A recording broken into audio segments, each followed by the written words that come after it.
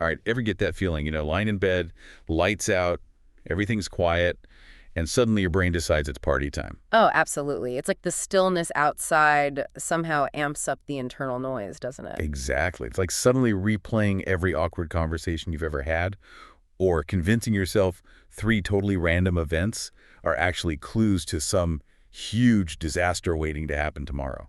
Like the universe is sending you coded messages only you can decipher. Yeah. And it doesn't have to be these big existential worries either.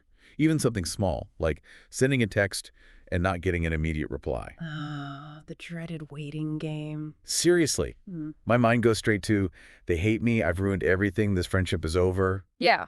It's dramatic, I know. It's understandable, though. We're wired to seek patterns and explanations, and sometimes our brains take that a little too far. Which brings us to today's deep dive. How to stop overthinking. Because, let's be honest, constantly churning through those worries and what-ifs, it's exhausting. Mentally draining, for sure, and often not very productive. Exactly. It's like running on a treadmill, you're putting in all this effort, but not actually getting anywhere. You're stuck in a loop, expending energy but not making any real progress. So we're here to help you jump off that treadmill and find some solid ground. We're going to explore some ways to quiet that overactive mind and hopefully have a little fun along the way. Absolutely, and we'll make sure you walk away with some practical strategies to manage those runaway thoughts and gain a little more control. All right, so picture this. A child on a beautiful breezy day, happily flying a kite. The string's taut but flexible, letting the kite soar through the air. Okay, I can see it, a carefree, joyful image. Right. But then suddenly the string snags, maybe on a branch, maybe another kite's line. That smooth flight falters, and the child's immediate instinct is to pull harder, right? Yeah, yank on that string, try to force it free. Exactly. But what usually happens, the knot just gets tighter, more tangled, and the kite starts to dip and wobble. It loses altitude and eventually, boom, crash landing. And all that initial joy turns into frustration. Now imagine if instead of yanking, the child had paused, taken a breath, maybe gently traced the string to find where it was caught. A more mindful approach, focusing on understanding the problem. Right. Then they could slowly, patiently work to untie that knot. Chances are the kite would be back up in the air in no time, soaring just as beautifully as before. That's a great analogy. It emphasizes the importance of approaching a problem with a clear head, not just reacting instinctively. And our thoughts, in many ways, are kind of like that kite string. When they're allowed to flow freely, they can lift us up, inspire us, guide us. But when we start overthinking, we grab hold of a thought and pull, twist it, examine it from every possible negative angle. We create those mental knots. Those knots being the anxieties, the worries, the what-ifs. Exactly. And they trap us in this web of should-haves and what-ifs, making it so hard to move forward with any clarity. But just like that child can learn to untangle the kite string, we can learn to untangle our minds. And sometimes the first step is just easing our grip a little. Letting go of that need to control every thought, every outcome. All right, ready for another picture? This time, think about ocean waves. Life, just like the ocean, is full of these unpredictable forces. Winds that change direction, currents that shift. Oh, okay, I like this one too. Go on.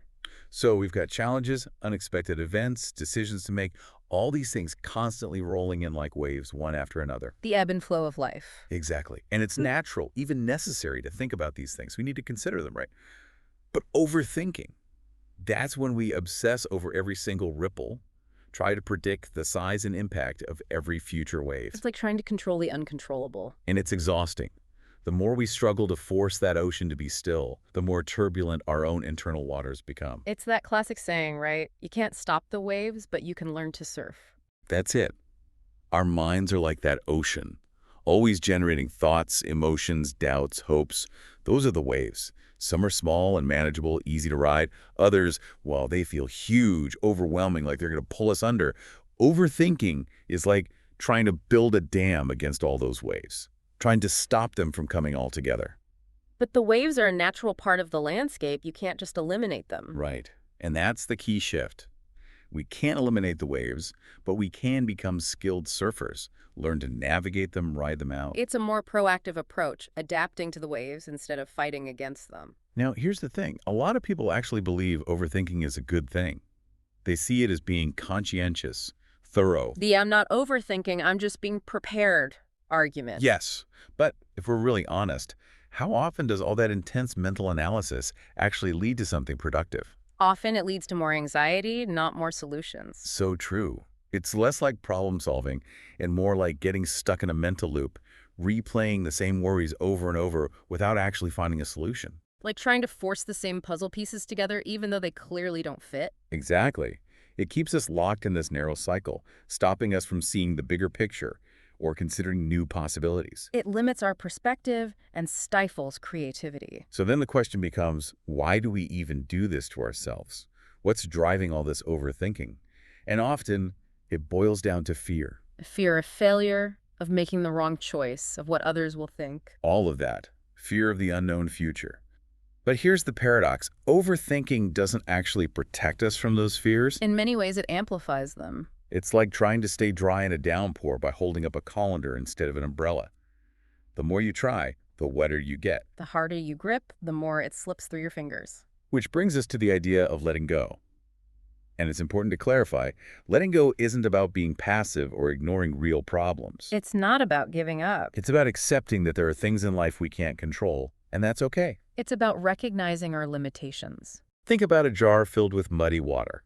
If you keep shaking it, that water stays cloudy. You can't see anything clearly. But if you set it down, let it rest. Eventually, the mud settles and the water becomes clear. Right.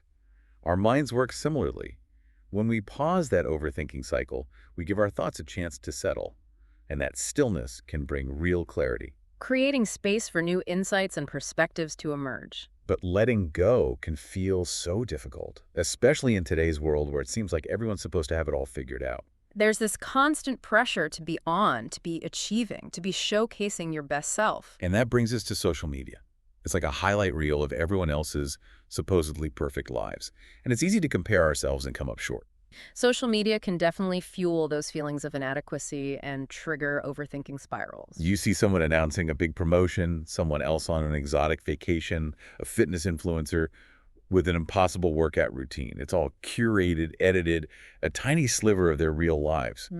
But we forget that and start questioning our own choices, our own progress. It's important to remember that social media rarely reflects the full picture. So true. Think about someone like, say, Rachel. Every night before bed, she'd scroll through her phone, see all these seemingly perfect lives, and by the time she put her phone down, her mind would be racing. Comparing, questioning, second-guessing. Am I ambitious enough? Why don't I travel more? Why can't I stick to a workout routine? But what Rachel realized is social media is just a snapshot, a heavily edited one at that. It's a curated version of reality, not the whole story. Right. When she started setting boundaries, especially before bed, and focusing more on her own values and progress, things shifted. Less comparison, more contentment. Exactly. Okay, so we've explored what overthinking is, why we do it, the role social media plays. Now let's get practical. What can we actually do to break free from this cycle? Time for some actionable strategies. All right, first things first. This isn't a quick fix, it's a process. Be patient with yourself, start small. Small, manageable steps. Like, just try taking a deep breath when you feel your thoughts spiraling, or focus your attention on one task at a time. Break it down, simplify. And when those worries inevitably creep back in, because they will, ask yourself, is this thought helpful?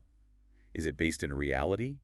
Or am I getting carried away? Challenge those assumptions. For example, we talked about Emma, the student worried about an exam. Instead of getting lost in what-ifs, she started asking, what can I do right now to prepare? And focused on one chapter at a time. Shifting the focus from anxiety to action. Another powerful tool, and this might sound a bit cliche, but gratitude can be amazing. At the end of each day, try writing down just a few things you're grateful for. Shifting the focus to the positive. It could be anything, big or small. A sunny day, a kind word, a delicious meal. It helps redirect your attention away from what's wrong and towards what's good. It's a powerful way to reframe your perspective. Now look, life will always have uncertainty. That's just part of being human. But overthinking doesn't have to be our automatic response to that uncertainty. We can learn to navigate it more skillfully. Remember that child untangling the kite string, the surfer riding the waves. We can develop that same ability to navigate our thoughts with more ease. With practice and patience, it becomes more natural. And letting go doesn't mean ignoring problems. It's about trusting yourself to handle them as they arise, without needing to solve them all in advance. It's about cultivating trust in your own resilience and resourcefulness. So I want you, the listener, to think about this. What thoughts have you been holding on to too tightly? What could happen if you let them settle, just like that jar of muddy water? Can you trust yourself to handle whatever comes your way without needing all the answers right this second? It's a powerful invitation to self-reflection and a shift in perspective. And remember, overthinking isn't who you are, it's something you do. And with some effort, you can change that. It's about building new habits and empowering yourself. Now, we've used a few key words today, so let's quickly recap. We talked about tangles, like that knot in your headphones. Yeah. How confidence can falter when we're unsure. And how negative thoughts can spiral out of control. We discussed the feeling of anxiety that often accompanies overthinking. Profound insights that offer deep understanding. The act of overthinking itself, that endless loop of worry. We encouraged you not to dwell on past mistakes. Talked about the hamster wheel of effort without progress. The indecision that can come from overanalyzing every choice. And the paradox of overthinking, leading to more anxiety. And finally, the importance of acknowledging your thoughts and feelings without judgment. It's a vocabulary for understanding and addressing this common experience. So that brings our deep dive to a close. We hope you've gained some helpful insights and tools to manage that overthinking mind. We've given you a starting point, a framework for understanding and addressing this challenge. Take some time to reflect on these tips. See what resonates with you. Remember, change takes time, but every small step counts. Be patient with yourself. Celebrate the small victories. Try putting just one or two of these techniques into practice. Take that deep breath, challenge those unhelpful thoughts, maybe start a gratitude journal. Even small changes can make a big difference over time. And as a final thought, cultivate trust in yourself. Trust your ability to handle whatever comes your way without needing to overthink every possibility. Embrace the unknown, knowing you have the strength to navigate it. Because you do.